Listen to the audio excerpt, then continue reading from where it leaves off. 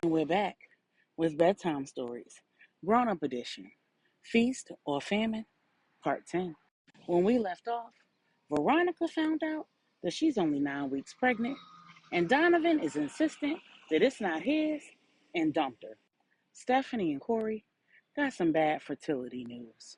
She's already relocated to Dallas. Marcia also moves to Dallas, and her and Stephanie get a condo together. They're waiting for Rennie to relocate. She's trying to find a job, and it just so happens that Angela's looking to hire a new warehouse manager, an area that Rennie has plenty of experience in. Angela and Q decide to support Veronica through her pregnancy, and Marcia agrees to be her OB. LJ, Q, and Deuce have been working together, and LJ's been keeping an eye on him. He's got a tracker on his vehicle. He's got his work phone, his office, the areas that he works in bugged, and he's been collecting information and evidence. Tracy has blocked Regina on everything. She is still pissed about that little situation at lunch. Angela and Deacon Davis are working closely on the annual National Salvation Center Singles Conference. It's being held in Dallas a few weeks after Stephanie and Pastor Corey's wedding. Deacon Davis and Jada have created an unholy alliance, and he's been using the little that he knows about Angela and Q to sow seeds of discord. Most of it has fallen flat. He's been making little snarky remarks under the guise of joking and just being a friend, but they're all based on assumptions, and he doesn't have enough information to really give them power. He's been saying things like, so I hear Q's the one who told Pastor Corey about the mansion restaurant. Has he taken you there? And things like, man, don't you wish you could be in a relationship that wasn't connected to so much drama and danger? People getting blown up in cars and going to jail and getting shot? If it was my woman, she wouldn't have to work this hard. Not after going through all of the drama and trauma that you've been through. If that was my son, I would never let him talk to my woman like that, referring to how he's overheard Michael talk to Angela. So Angela and Deacon Davis are in his office having a little meeting. Angela is worn thin. She's been running her business, running the women's group, working on the wedding and the conference. Deacon Davis says, "Man, Angela, you look so tired. You look tense. It looks like you need a massage." He stands up, walks around his desk, and attempts to rub her shoulders. Angela pushes his hands off and jumps up and says, "What the hell are you doing?" Deacon Davis says, "Chill. I was just trying to help. I would do that for anybody. I thought we were friends." Angela said, "We ain't never gonna be those kind of friends." Just as she says that, Pastor Corey walks in. He sees the tension, but he can't address it right now because he's got two people with him. He says, "Deacon Davis, Minister Angela, I want to introduce you to the new marriage counselors on staff. They're actually going to be working with you too to get the singles conference finished. I know y'all need some help." Angela said, "Thank God." Introductions were made, a brief discussion was held, and then Pastor Corey said, "And you know, they're actually doing me and Stephanie's premarital counseling. Maybe you and Q want to talk to them." Angela said, "I think that might be a good idea."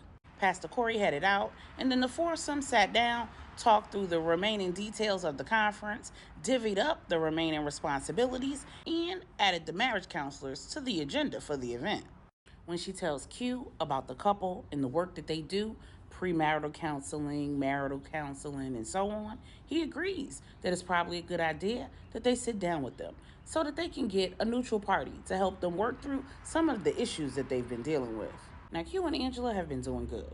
They've been going on dates. They've been using the children as a buffer to keep them out of trouble. So they've been spending a lot of quality time with them. But they actually do have some pretty big concerns that they need to work through before marriage can really be on the table. The marriage counselors have a really cool setup. They have Angela meet with the wife while Q meets with the husband. Then the next time they switch. Then the counselors confer amongst themselves and meet with the couple together. During the dual session, the following issues are on the table. Q wants a prenup. He wants to ensure that nobody can accuse him of being after Angela's money. Believe it or not, That's one of the things that Deacon Davis has been suggesting. The only thing is, Q has no idea that most of what Angela has can't be transferred to him. Remember what Stephanie said. Angela has told him multiple times that a prenup isn't necessary, but she hasn't told him why. Q also has issues with Deacon Davis. He's peep game, and he knows that man wants his woman. He's also really concerned about Angela's safety.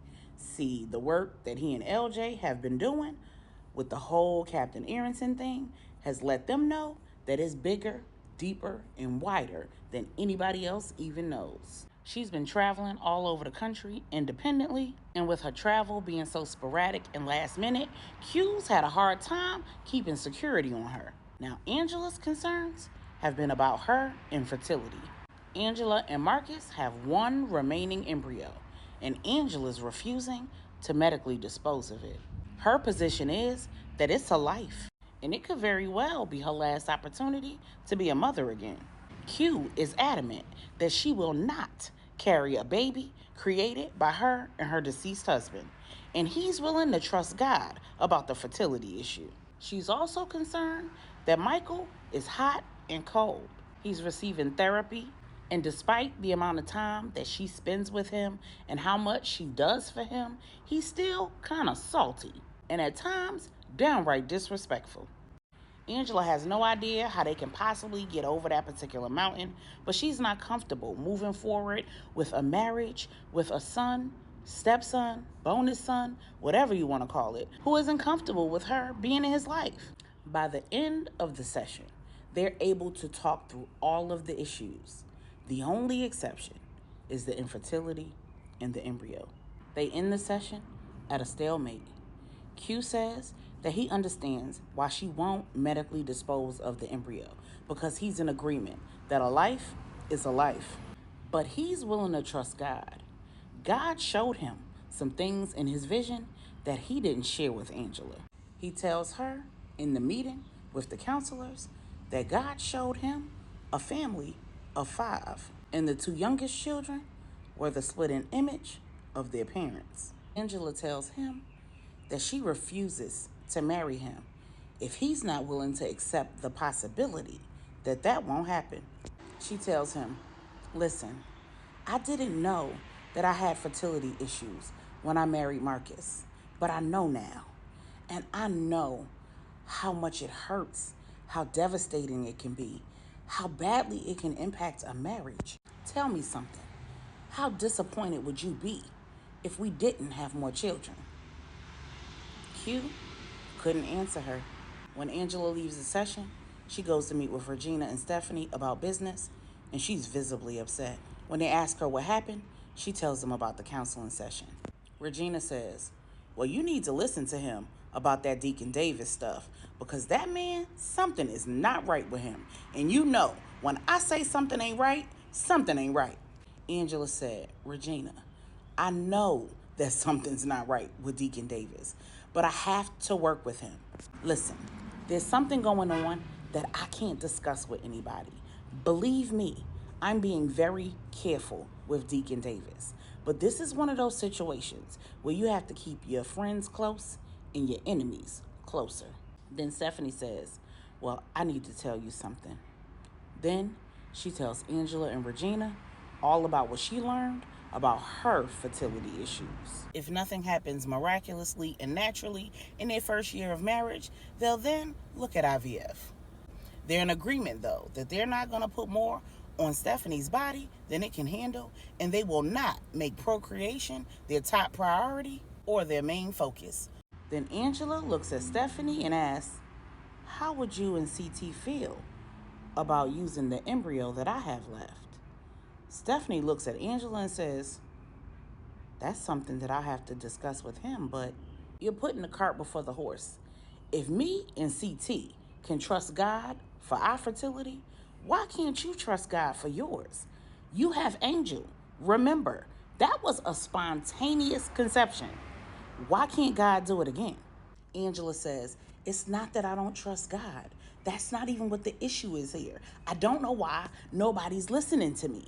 What I'm saying is, I need my husband to be willing to accept the possibility that it might not be in the cards for us. Because if he's not willing to accept that possibility and it doesn't happen, our marriage will not even have a chance. Regina says, "You right about that, Angie." Angela asks Regina, "What's going on with you and LJ though? I know you don't want to talk about having another baby, but I feel like something's going on and you need to talk about it." Regina said, "Best friend, I'm scared."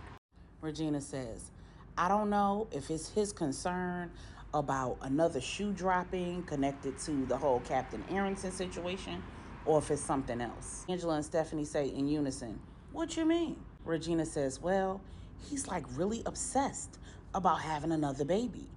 And when I thought about it, because I've been praying with Mom Brenda and watching what he's been doing, I think that it's connected to his father's death.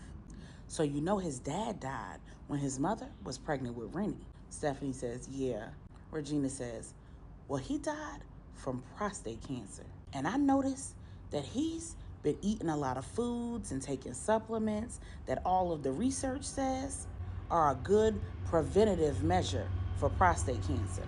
And some of them are listed on the holistic treatment list for prostate cancer. But he hasn't been to a doctor, at least not that I can tell. 'Cause I be checking the insurance records, so I know." Stephanie says, "Girl, schedule that man an appointment at a urologist and drag him over there." Regina says, "It don't work like that, baby. I talk a good game, but I can't make that man do nothing he don't want to do." Angela says, "Well, have you considered talking to Q about it? Because when the men get together and they talk, they seem to come back out with a clear head. Q told me that they're having a poker night tomorrow." Before they can even put the plan in motion good, Angela gets a phone call from the kids' school.